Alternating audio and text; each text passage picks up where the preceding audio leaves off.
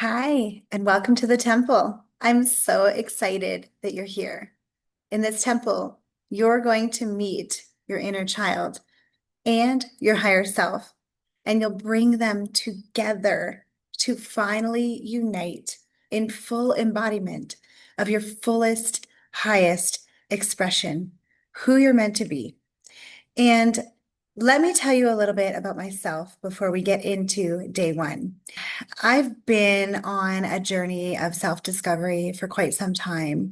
I didn't know that that started when I was a child, but now in my 40s, when I look back and I piece together all of my life, all of the impactful moments in my life, all of the markers in my life, I can see that the entire journey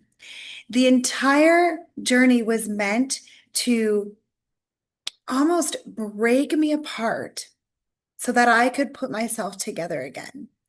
And what ended up happening was when I finally became at peace with everything in my life, I realized that the entire search, the entire point of my spiritual journey and my self-discovery was to go back to that state of my inner child, that that time when I was that little girl that loved to, dance barefoot in the rain and put on fashion shows for my family and who dreamt of being a rock star. I dreamt of the biggest things. I had such big, big ideas. And then life happened, like it's happening to you, and like it's happened to everyone else. And I forgot. I forgot how creative I was, how excited I was for life, and how possible things felt when I was in that state of pure joy and pure excitement for life. So along the path, I went through the rebellious teenage years, made a lot of choices there that I'd probably change if I could go back and do it again. And then I became a mother at a very young age.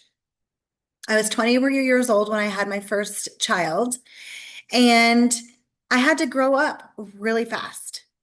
So my friends were still kind of going on and doing their thing, and my life took a different trajectory.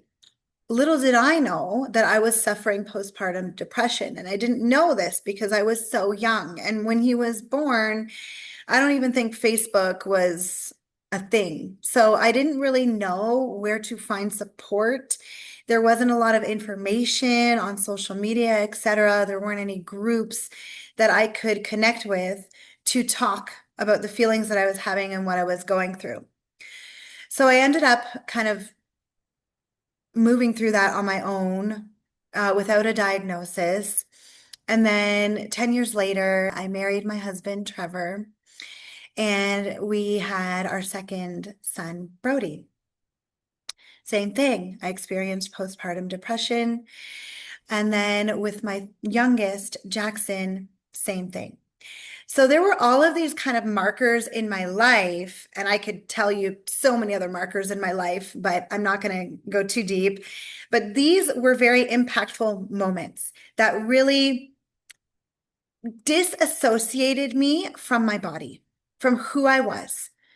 And I'm sure you know, if you're a mother, that most of that time I spent in survival mode. So I was just trying to make it through. I was just trying to get through it. And I didn't realize how much I was hurting myself by just trying to make it through and not listening to and nourishing my body. So, years down the road, I discovered ways to really come back into my body. And this is what led me down the path with Kundalini Yoga, with Ayurvedic wisdom, and with somatics. And somatics was really the modality, the methodology that really brought me into my body. And I was just blown away by how simple it was and how good it felt to just reconnect. Somatics brought me back to that inner child, that little girl who was so excited to play, to put on a show, to sing, to dance. I used to write poetry.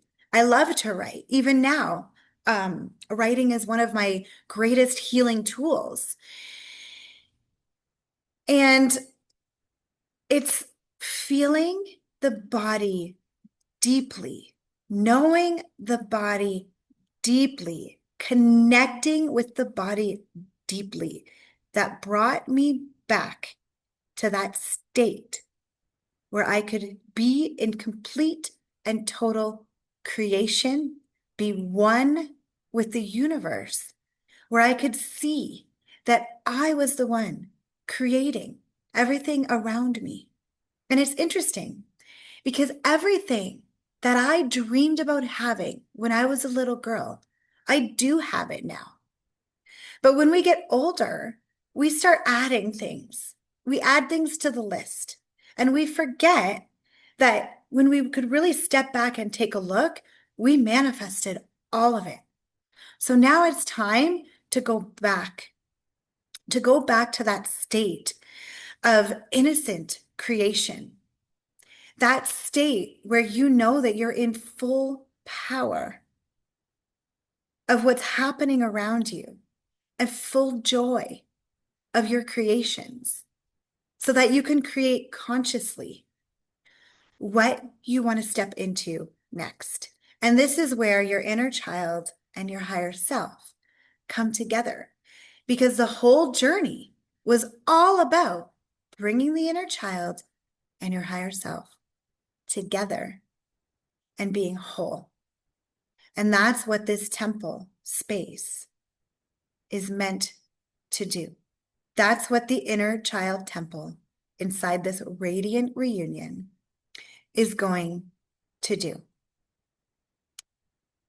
This was all inspired when I moved to Mexico. I picked up my entire life that I had in Canada and I moved it to Mexico. And for some, they might say that sounds so exciting. Many people did. Many people were envious and they wanted to know how I did it.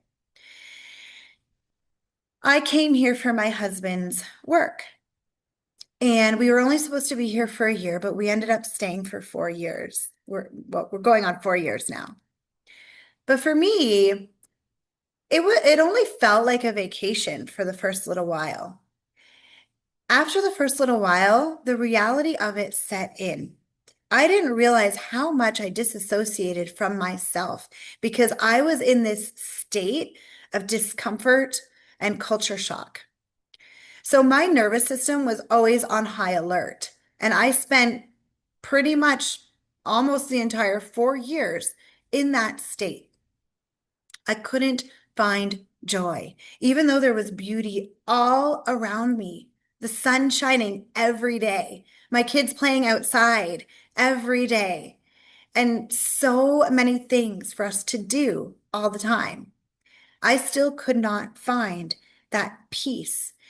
And I realized that in order to come home or feel at home, I needed to come home to myself.